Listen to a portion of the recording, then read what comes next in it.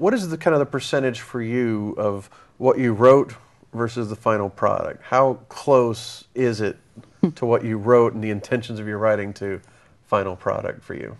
It's not really what I begin with when I'm writing and vision. You have to like basically edit again on set. You like, here's my limitations, here's what it is, and you have to change your script again.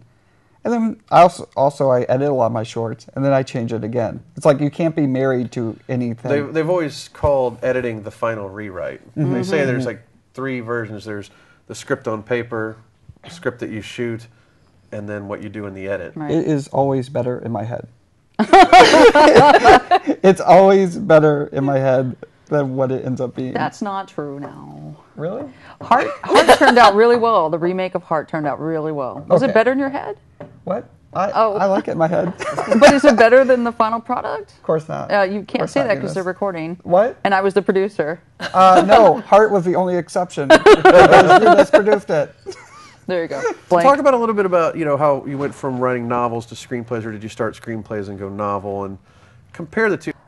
I started off actually as a fiction writer, went to grad school, began to formally kind of train as a screenwriter, and then I took a break from filmmaking right after grad school, wrote 2 novels in a year, and they both got published, which was really exciting, but terrifying in the same way. But what I learned from that experience is somehow being a novelist made me a better screenwriter, and being a screenwriter made me a better novelist. It's because I have a natural ear for dialogue, and I can really hear that click in my head. So it was about kind of combining those 2 worlds and sort of bringing them together to see how does one facilitate the other and make them stronger. So I can't separate the 2 as far as they're like these sort of separate existence, but rather it's just one of those things where, one has an internal world, which is the novel. You have the internal world of the mind of the character, and the screenplay is very visual based, and dialogue, and you have that nice little even, cut between the 2, unless you're Kevin Smith. Yeah, that's true.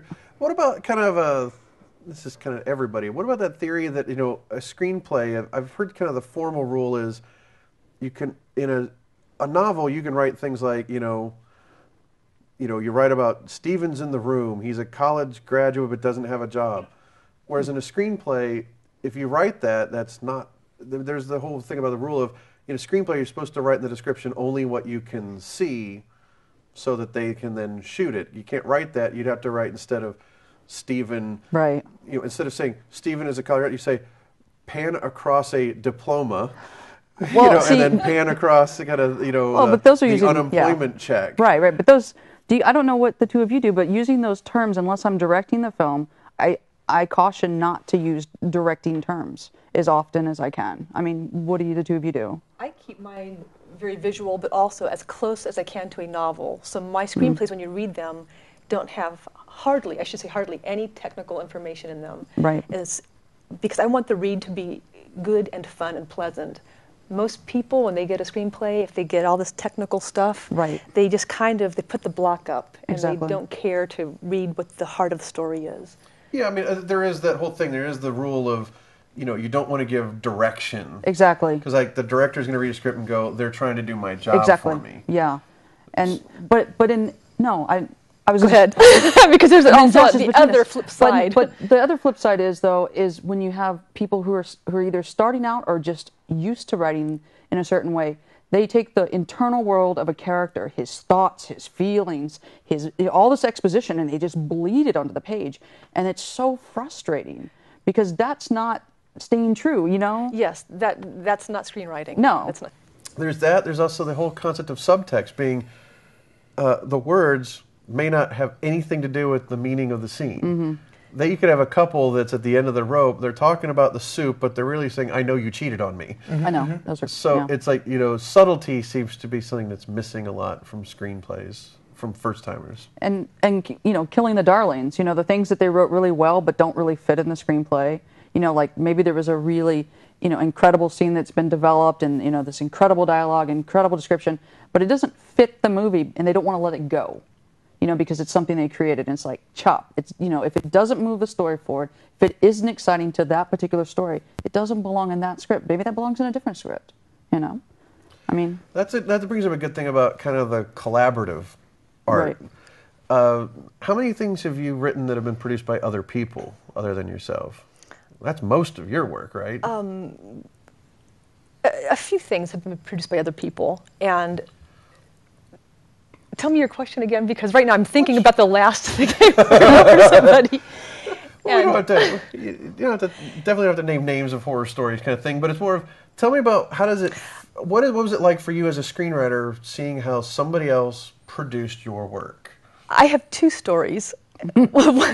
One is, this is the quick story. One is that actually Neil and I wrote something together, Neil, my husband, who you met. We wrote something called Devil's Weed, and it's just this comedy about a bunch of kids hiding in some caves and smoking pot, and they happen to stumble across this mummified corpse of Mary Scott Worth, legendary black sorceress. So they think, cool, we're going to take her home and put her up for a cool Halloween decoration. Little do they know that this thing is cursed, and it comes to life and it slays the whole town, and these glassy-eyed teens have to band together and save their little trailer trash homes. So so it's a family film. It's a family film. It's sort of like Dazed and Confused meets The Twilight Zone I love of it. thing. But we just wrote that for kicks, and we thought, we'd been writing these heady things, and then Neil said, you know what? Nobody's going to buy our heady, artful things. Let's just make a piece of trash that Hollywood will want and buy. I said, okay.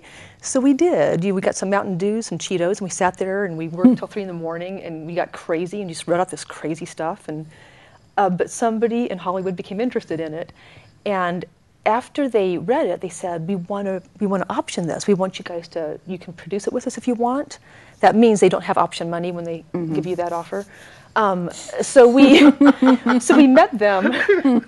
We met with them, and as we were talking with them, she said, I just love the title Devil's Weed. There's just a few things in the script I want to change. Oh, boy. By the time we were done with our meeting, about 97% of the script had to be changed. It turns out the only thing she liked was the title, Devil's Weed. She said, I can market that, I can sell that.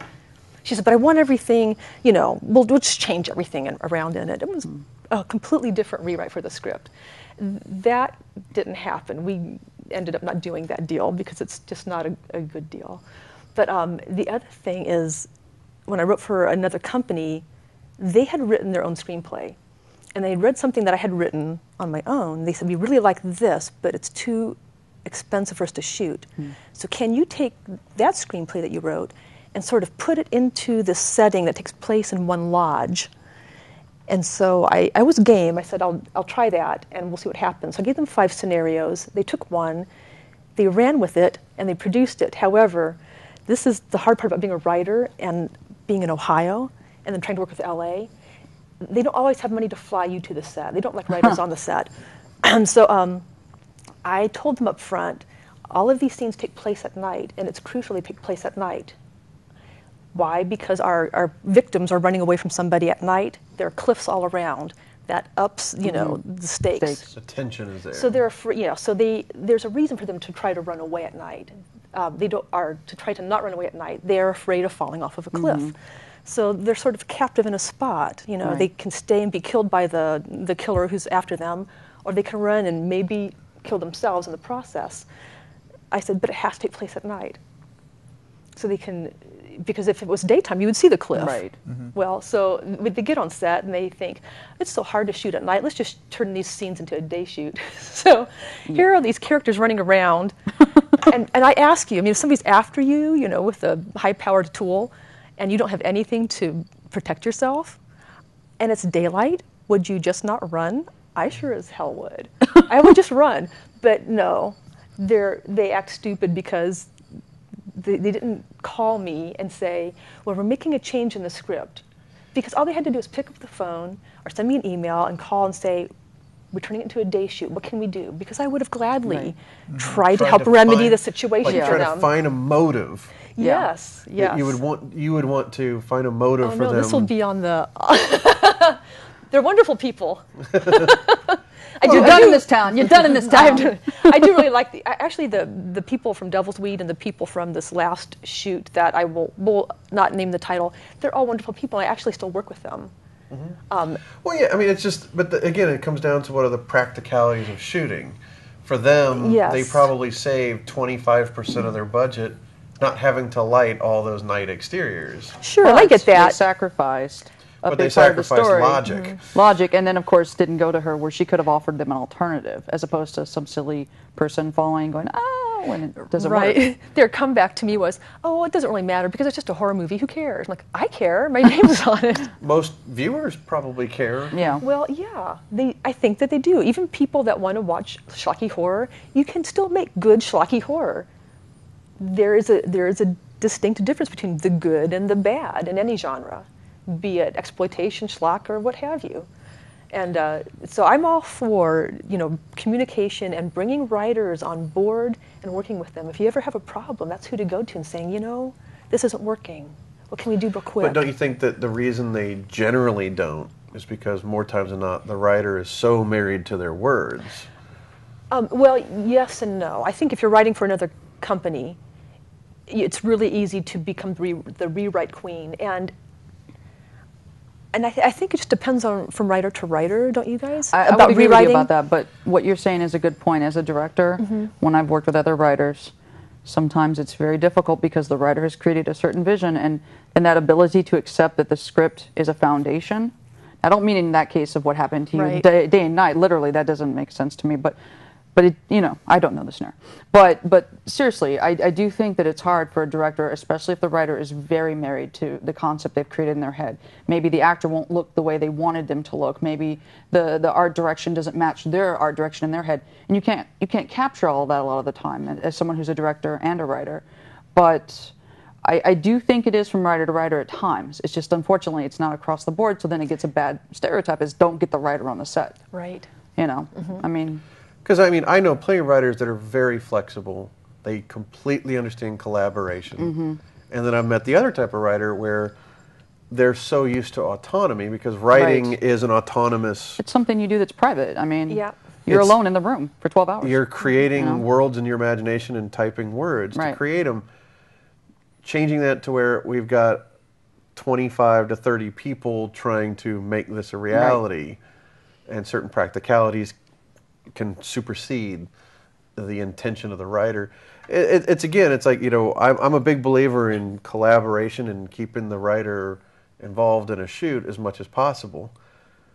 But sometimes it works, sometimes it doesn't. Yeah, But I think in that. most cases, it's good to have a writer that can collaborate with the production to find an answer to a problem.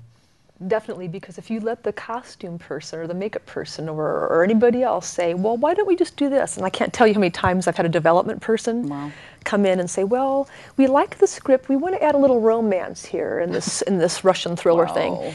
And we're game. We'll try it. We want to appease, But then we find out after 2 years of rewrites that the development person keeps wanting to change something here or there, and we find out, well, what is this development person's background?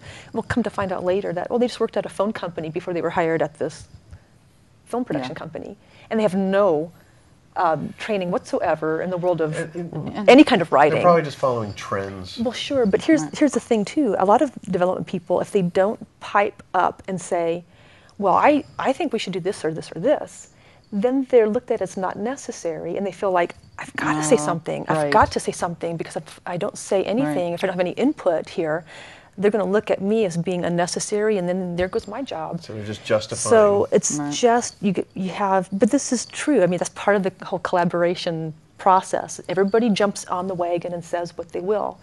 But as a writer, I've learned to let go, and it's a hard thing to learn to do, to let go of your words. But eventually, when you start making your own cuts on your screenplays, you find that you actually start enjoying it. In fact, one of the things I enjoy now more than any part of writing is rewriting, because I know I'll go back to it and say, "Oh, that's really crappy. Let me change this. Yeah, that feels better."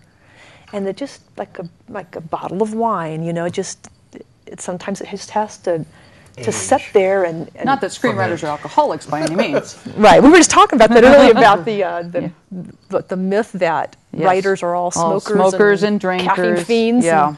We just realized that we're all sitting around like Hemingway, brooding, over the typewriter and thinking of the bulls in Spain. Only Josh. Oh, it is Josh, actually. No, not even me. Oh.